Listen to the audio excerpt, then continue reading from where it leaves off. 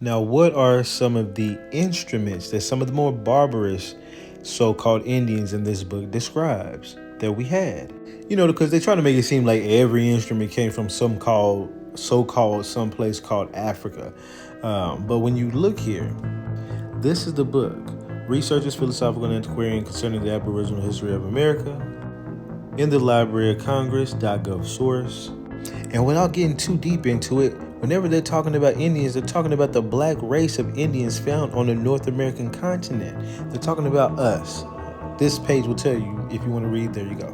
But I just wanted to get to this first. So first you got this drum up here where it says, at the time of a well-dried deer skin was shaken by one of the persons with a similar melody and sometimes being stretched over a hollow log or an earthen pot, it produced a sound of a dull drum. They also had larger drums that they didn't use for music. That was used for music. The immensely large drum used by the Indians on the Orinoco were of the purposes of alarming the country of times of invasion and not for music.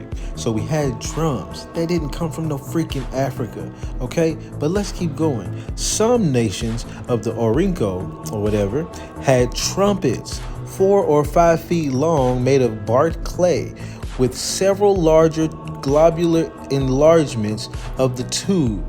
The sound of these instruments to which the Indians dance, says Gualmalia, what does it say? Fill the soul with black melancholy. The trumpets that we made from scratch, the music that we played with those filled the soul, like soul music, with black melancholy. Okay, let's keep going. They had also trumpets of bungles made from the bark of certain trees. So we had drums and we had trumpets. What else we had?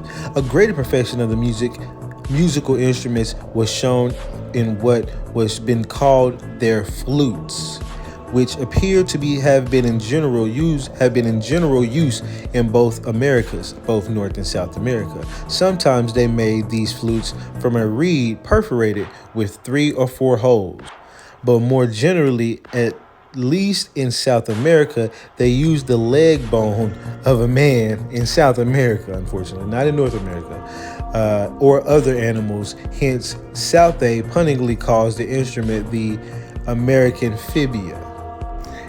They had another thing here. The most agreeable instrument, however, to civilized ears was the shrinks or Pan's pipe, which was in use among the natives of the northwest coast, the Caribs, and etc. And it goes into many other things, and I didn't take the screenshots, but I just wanted to make a quick thing real quick to show y'all that we had at least the drum, but even when you Google it, it doesn't even say that they come directly from Africa. It really talks about China 5500 BC with early drums from the hollowed out logs. Anybody could have made a hollowed out log. We were making hollowed out logs when they found us.